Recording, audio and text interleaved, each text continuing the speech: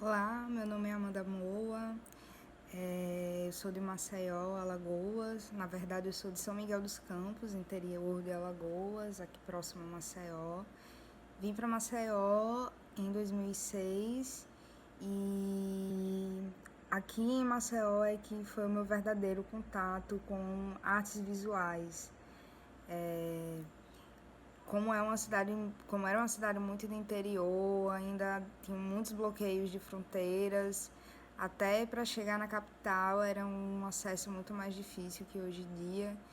Então, eu vim de fato ter contato com a seara mais cultural da vida quando cheguei em Maceió. E aqui me formei em jornalismo pela Universidade Federal de Alagoas em 2013. E na conclusão do meu curso foi quando conheci o audiovisual. Eu já trabalhava com fotografia até antes da graduação. E quando fiz minha graduação com o documentário Testemunhas de Jaraguá, foi meu primeiro contato com audiovisual. Foi um documentário acerca de um processo de gentrificação que aconteceu aqui no bairro histórico de Jaraguá, um processo muito comum que vem acontecendo em várias cidades, né, que passam pela gentrificação. E na minha pesquisa da dissertação em antropologia social, eu continuo pesquisando a gentrificação, dessa vez no litoral norte de Maceió. E aí, muito mais recentemente, venho tendo outro contato muito mais forte com o audiovisual, principalmente, e nas artes visuais em geral. Mas minha produção de imagem, tanto em movimento quanto parada, vem se construindo em torno dessa imagem dos periféricos, dessas imagens urbanas, essa imagem que é negra. E venho refletindo sobre o meu lugar também enquanto produtora de imagem, enquanto mulher negra e produtora de imagem. E aqui em Maceió, há pouco tempo temos despertado, apesar de ser um tema muito antigo, há pouco tempo estamos discutindo sobre o negro nas artes em gerais e, sobretudo, nas artes visuais. Durante esse período de pandemia, foi que fui provocada pela Mari Marques, que é uma artista visual também alagoana, com a pergunta de por onde estão as mulheres negras nas artes visuais. Esse é um número que a gente ainda não encontrou, mas que estamos iniciando esse processo de mapeamento dessas mulheres negras nas artes visuais em Alagoas. E a partir desse questionamento, quis identificar essa situação no Nordeste, né? Que estamos vendo através de processos de editais, processos de convocatória, que o número vem aumentando, mas ainda é um número muito pequeno de mulheres artistas visuais negras contempladas por esses editais ou por projetos do tipo de auxílio ao artista, né? Então, a partir desse incômodo, a partir dessa curiosidade de entender onde essas mulheres estão, fiz um convite. Algumas artistas já conheciam, já tinham um contato muito próximo com a arte produzida por elas. Outras conheci através dessa pesquisa. E, diante de encontros e desencontros, acabei trocando mais ideias com as meninas que por si só vão se apresentar, e pelas imagens que elas produzem também vai falar muito sobre quem elas são. E provoquei também que elas falassem um pouco como elas percebiam as mulheres negras ali nas artes visuais de cada estado, né? Então, falando aqui sobre Alagoas e sobre algumas regiões próximas, eu trouxe a Maísa Reis, que convidei Maísa Reis, que é uma realizadora audiovisual alagoana, e pesquisas que falam sobre as mulheres do audiovisual alagoanas são poucas, né? Então, sempre acaba que a mulher que produz imagem em movimento aqui em Alagoas, em algum momento já teve contato com a fotografia ou com a ilustração, com a arte visual em geral. Então, ela traz um panorama bem interessante para entender essa história, é uma história que eu me enquadro, porque enquanto mulher negra, agora é que estamos passando por esse processo de reconhecimento. Então, o nosso debate por aqui ainda continua muito atrasado. Mas trouxe outras realidades para entender como realmente o Nordeste vem se moldando a partir de vários movimentos que vem acontecendo recentemente, né, de movimentos negros. Então, trouxe a Bia, de Recife, a Cida Santos, de Sergipe, São Cristóvão, e a Aline Guimarães, do Piauí. E elas, por si só, vão falar sobre si e sobre suas percepções das artes visuais no Nordeste. Bora lá. Edita aí, mulher. Tentar estar organizada, vamos lá. Bom, meu nome é Maísa Reis, sou realizadora e pesquisadora de audiovisual, sou alagoana, moro em Maceió e trabalho, né, com audiovisual e também pesquisa esse cinema que faço e que estou inserida de forma política e também como realizadora. Então, fui convidada aqui para falar um pouquinho sobre as mulheres nordestinas e negras, né, no audiovisual. Então, a minha pesquisa do mestrado, ela reflete um pouquinho sobre o cinema feito por mulheres em Alagoas. E aí eu tento refletir um pouco, entender quem são essas mulheres, né? Quem é que está fazendo cinema em Alagoas e como essas mulheres estão fazendo cinema. E aí eu chego num perfil, na verdade, durante essa investigação, eu chego nas mulheres que de alguma forma trouxeram relevância para a produção alagoana. Chego a 3 nomes, que são Alice Jardim, Larissa Lisboa e Laís Araújo. E as 3 são mulheres brancas. Então, chegando nessa reflexão, eu tento entender, né, como e por que esse cinema está estruturado.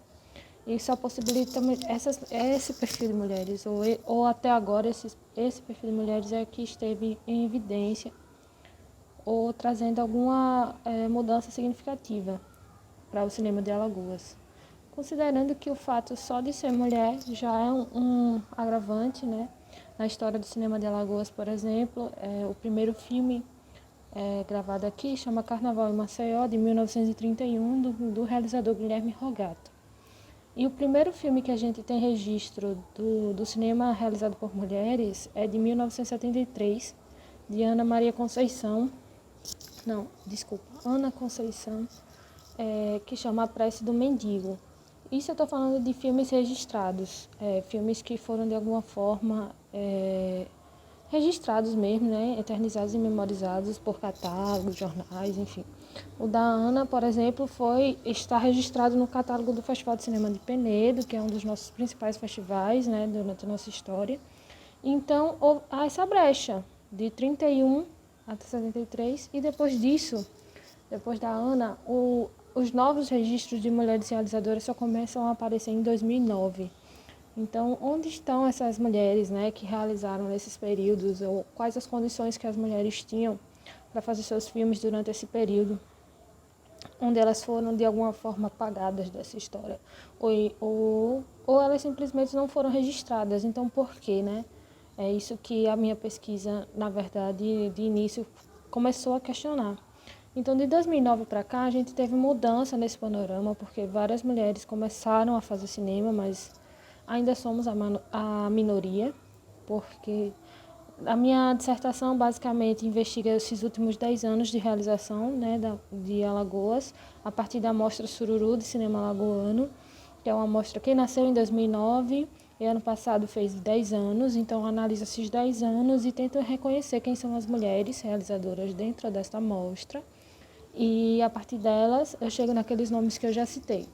Então, eu entrevisto essas mulheres, né, para entender como elas chegaram ao cinema, que tipo de cinema elas fazem e tal. E aí, eu chego num perfil específico de mulheres brancas, né, formadas, são todas formadas ou no jornalismo, nas áreas das humanas, né, jornalismo, arquitetura, enfim, e de classe média ou de classe média alta, e de alguma forma que se reconhecem sendo heterossexuais. Então, é um perfil bem específico que, por exemplo, não se identifica comigo, que sou realizadora, também sou alagoana, mas não me considero uma pessoa de classe média, uma pessoa branca, enfim, todas essas questões. Então, o cinema de Alagoas, por exemplo, ainda é um cinema branco, elitista e basicamente, em sua maioria, é feito por homens. As mulheres que estão aqui, elas ainda estão lutando para ter esse espaço. Mas não é muito diferente do que é a realidade do Nordeste, assim. Também a minha pesquisa avança para entender, né, a realidade da produção cinematográfica no Nordeste.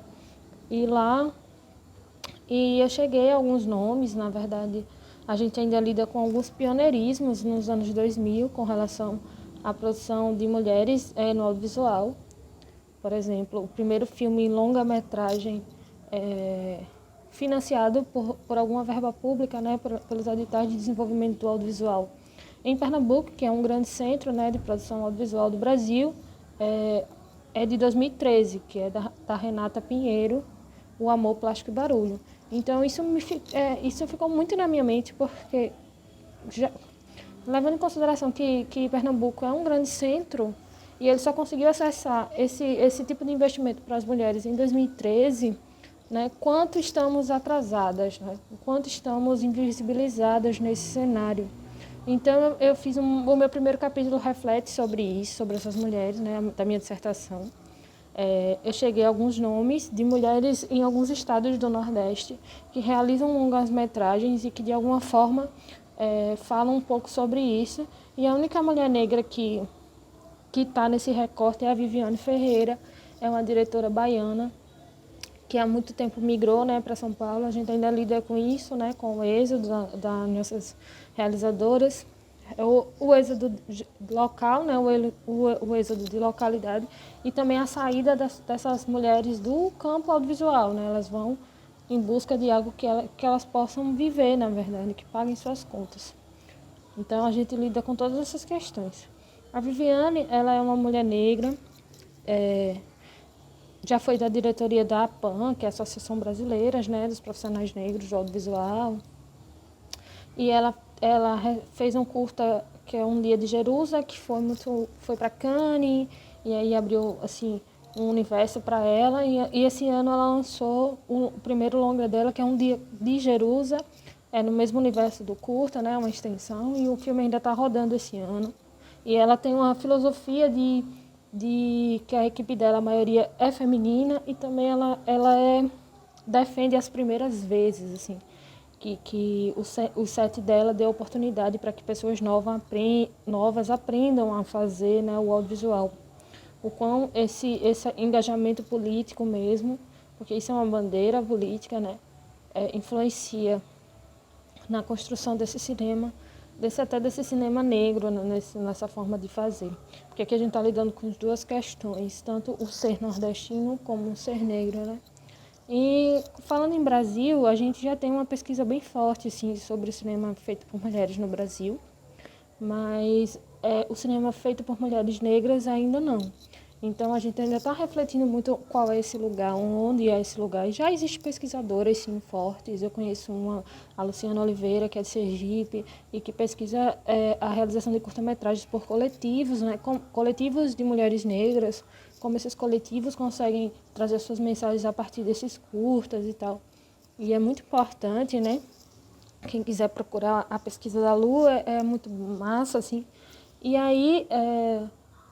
Inclusive, durante a minha pesquisa, quando eu falo da Viviane, eu também fui atrás de uma pesquisa nacional que dá conta de quantas mulheres estão dirigindo, né? Quais as percentuais de direção no Brasil de longa-metragem.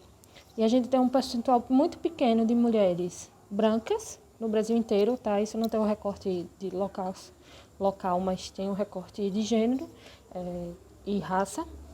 Então, no Brasil inteiro, tipo, é muito pequeno o número de mulheres brancas e é zerado o número de mulheres negras. Então, naquele levantamento que eu acredito que é de 2016 e que mediu 2 anos anteriores, não existiam diretoras de longas mulheres negras. Então, a gente sabe que o audiovisual, ele estava, sim, numa crescente discussão do que é esse cinema, né? Ou do que é o desenvolvimento do próprio cinema. E as questões raciais e de gênero estavam bem em pauta. Mas a gente está vivendo um momento de total declínio desse desenvolvimento, né? E também não das questões de gênero nem de raça, mas de um verdadeiro enfrentamento político dessas pautas.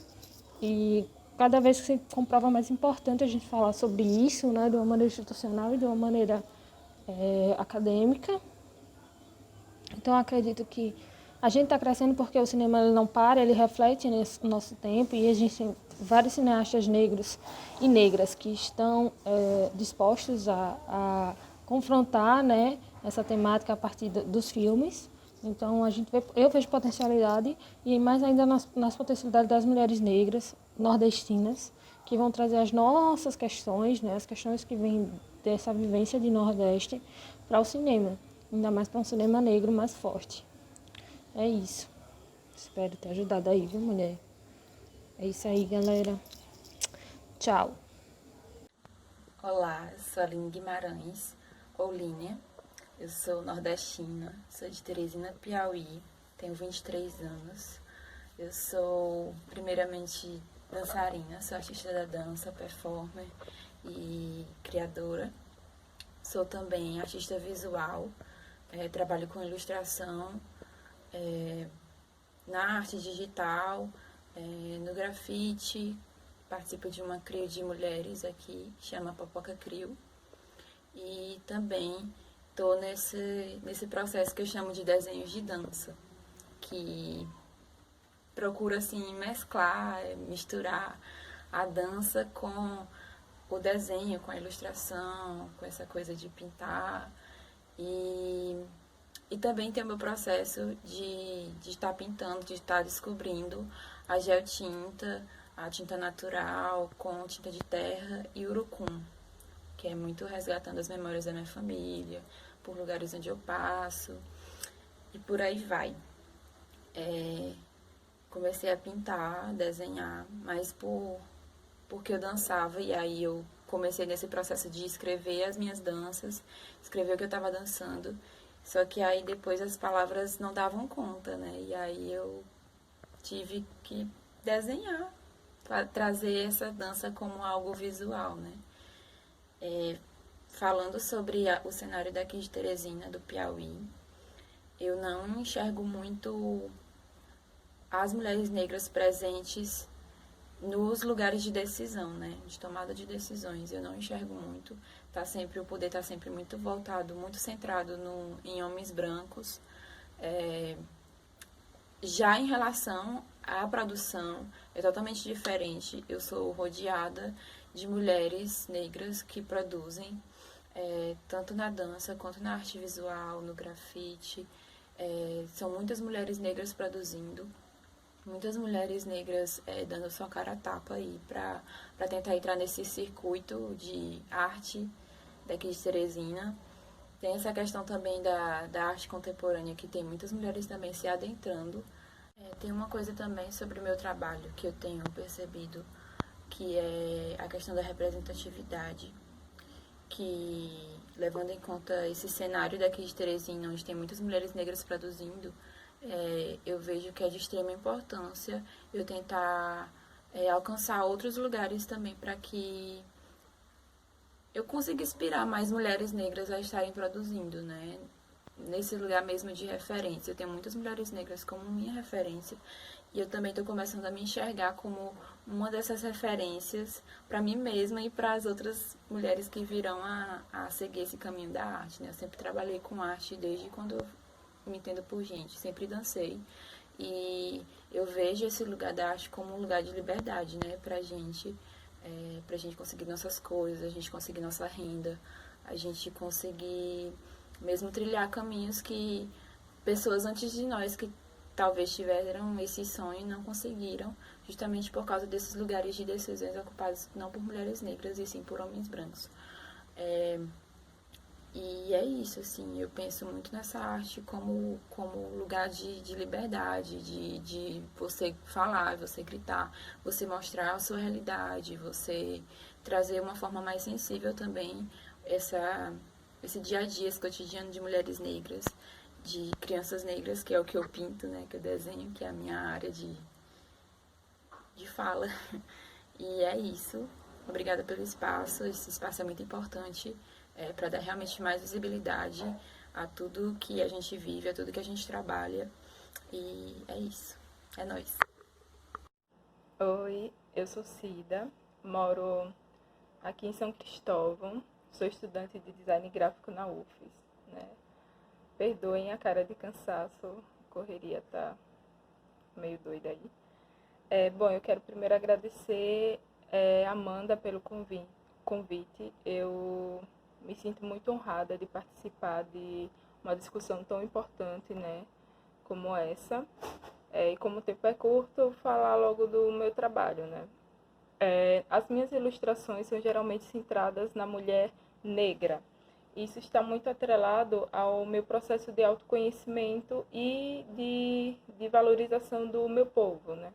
A minha história é a história de muitas mulheres e meninas negras e, por que não, homens, né, que sempre estiveram rodeados de referências eurocêntricas do que é considerado belo, do que é considerado inteligente, do que é considerado de sucesso.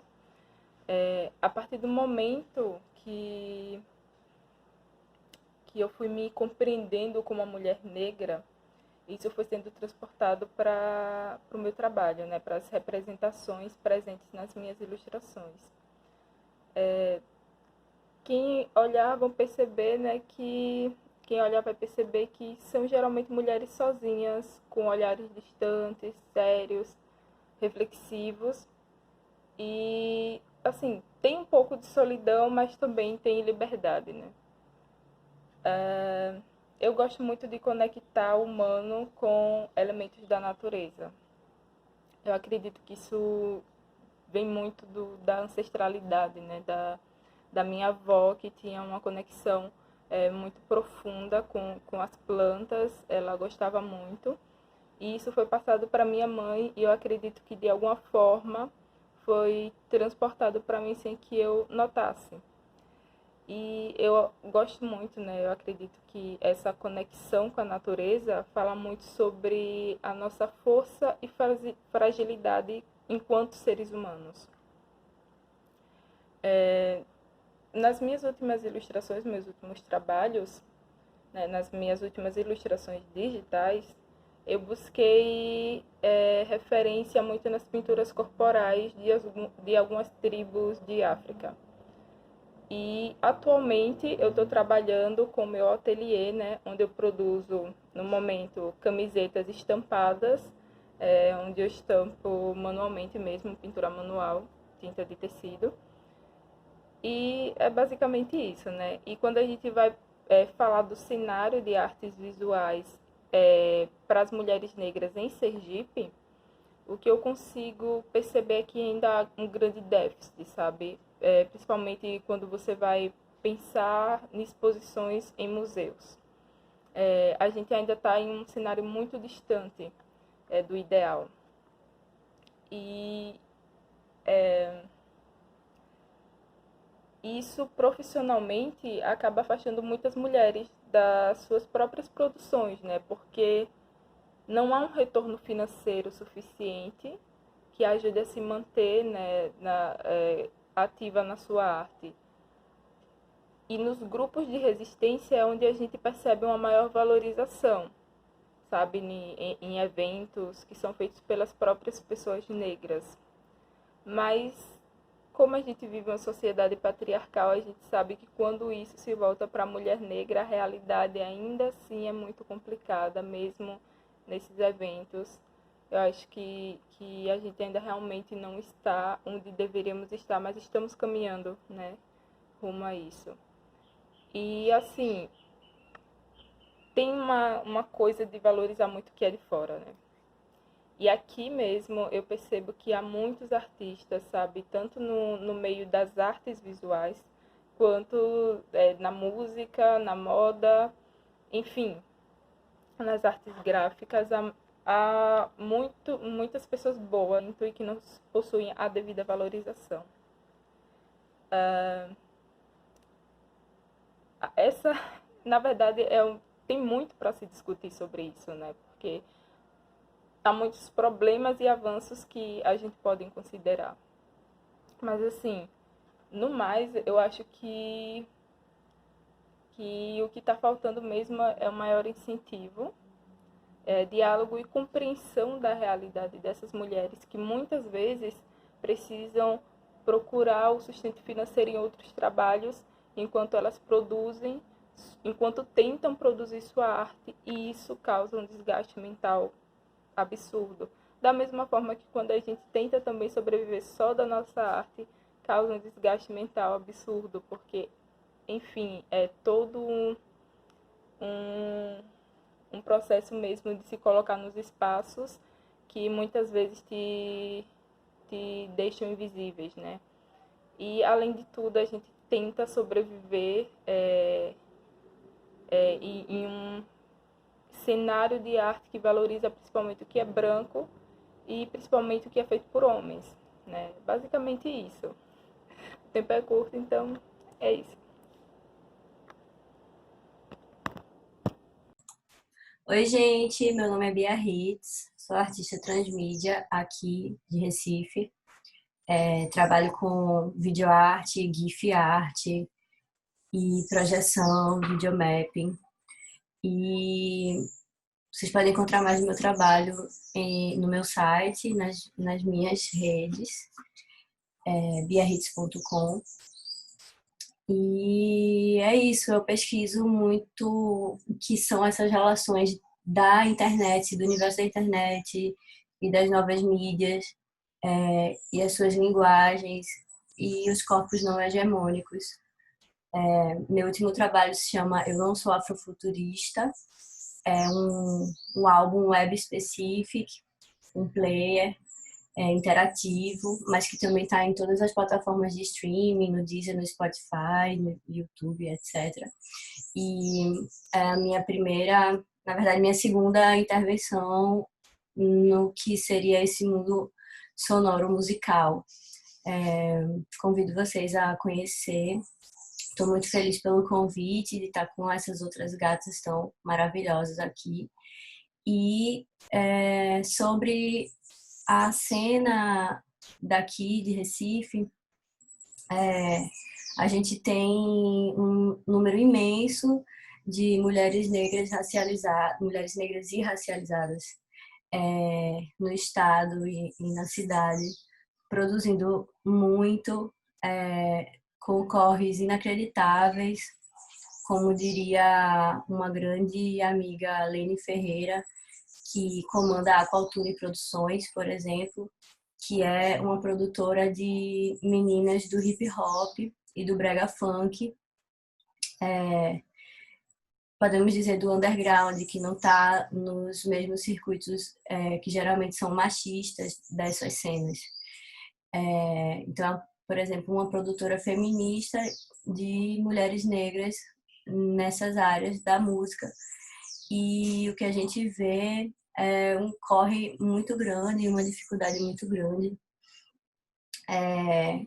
Pouco investimento e, enfim, aquela situação que não é diferente das outras cidades do Nordeste ou do Norte.